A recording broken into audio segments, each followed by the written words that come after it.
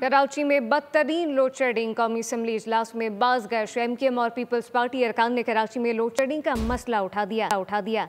कराची में 14 से 16 घंटे तक लोड शेडिंग होती है, जबकि बच्चे इम्तहानात के दौरान लोड शेडिंग को भुगतने पर मजबूर हैं कि इलेक्ट्रिक कराची में बिला जवाज़ लोड शेडिंग कर रहा है।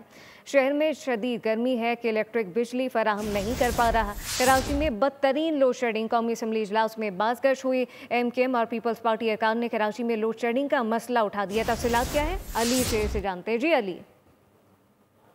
कौमी असम्बली का इजलास इस वक्त भी जारी है और कुछ देर कबल जो है जब वज़ीर तवानाई सरदार अवैस लगारी ईवान में मौजूद थे तो उस वक्त पाकिस्तान पीपल्स पार्टी के अरकान खुसूसन शाहिदा रहमानी, आगा रफीउल्ला वगैरह जो है उन्होंने कराची में लोड शेडिंग का मामला उठाया।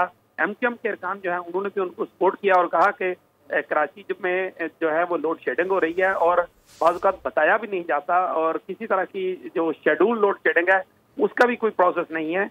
तो इस पे अवैस लगारी ने ये कहा कि जो है उन फीडर्स पे जो है वो ज्यादा लोड शेडिंग हो रही है जहाँ पे जो बिजली चोरी होती है। लेकिन जो अरकान थे उनका ये कहना था कि इलेक्ट्रिक जो है वो बुनियादी तौर पे कराची को बिजली फराहम करने का जो अमल है उसमें नाकाम हो रही है मुसलसल और उसके ऊपर जो है उसका एहतसाब किया जाना चाहिए।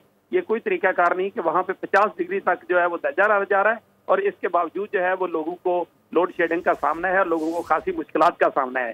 पीपल्स पार्टी, MKM और कराची के अरकान जो है वो इलेक्ट्रिक के खिलाफ बुनियादी तौर पे बरहम नजर आए ऐवान के अंदर कि इसका हुकूमत नोटिस ले और इस मसले को हल करे।